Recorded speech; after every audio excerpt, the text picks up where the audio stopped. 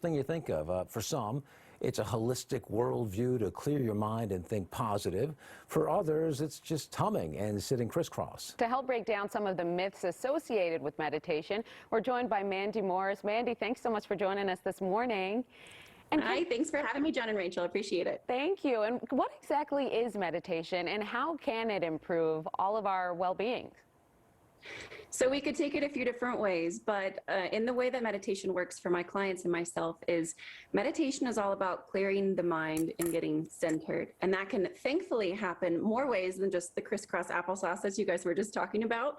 But it is getting in tune with yourself and really being in charge of your mental state instead of flying around as we typically do with our monkey brain. Yeah, it sounds a little intimidating. How do you meditate? Does it have to be for a specific amount of time in a certain place? I'm a big proponent on breaking the rules. So I'm not a meditator. I have ADHD. I am all over the place all the time.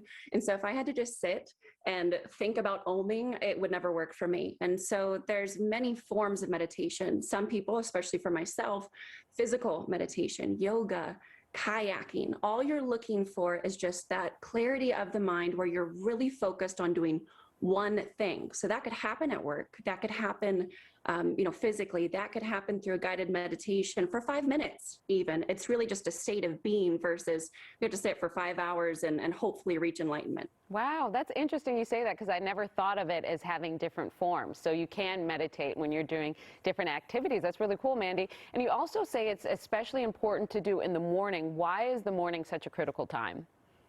So a lot of people, their subconscious mind has been running all night long. We think that sleep is restful. It can be, but sometimes we can't process everything that's going on in our minds.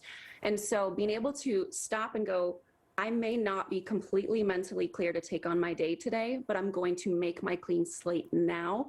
It literally changes the course of the entire day, as well as the neurohormones you release and ultimately how your day goes. And Mandy, tell us a little bit about yourself. How did you find meditation, and has it changed your life?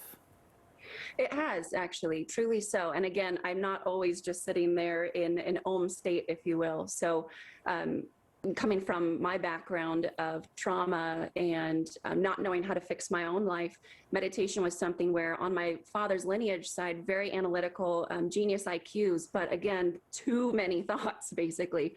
And so that destroyed me for a really long time, which is really why I do the work I do now. Is there are many people out there where their minds are constantly going and it's sabotaging us. And so kind of finding that state of meditation and that centeredness changed my life and truly changes everyone that I'm able to help. Wow, I love to hear it. Mandy Morris, we wish we could talk longer, but thank you so much for joining us this morning. Absolutely. Thank you so much.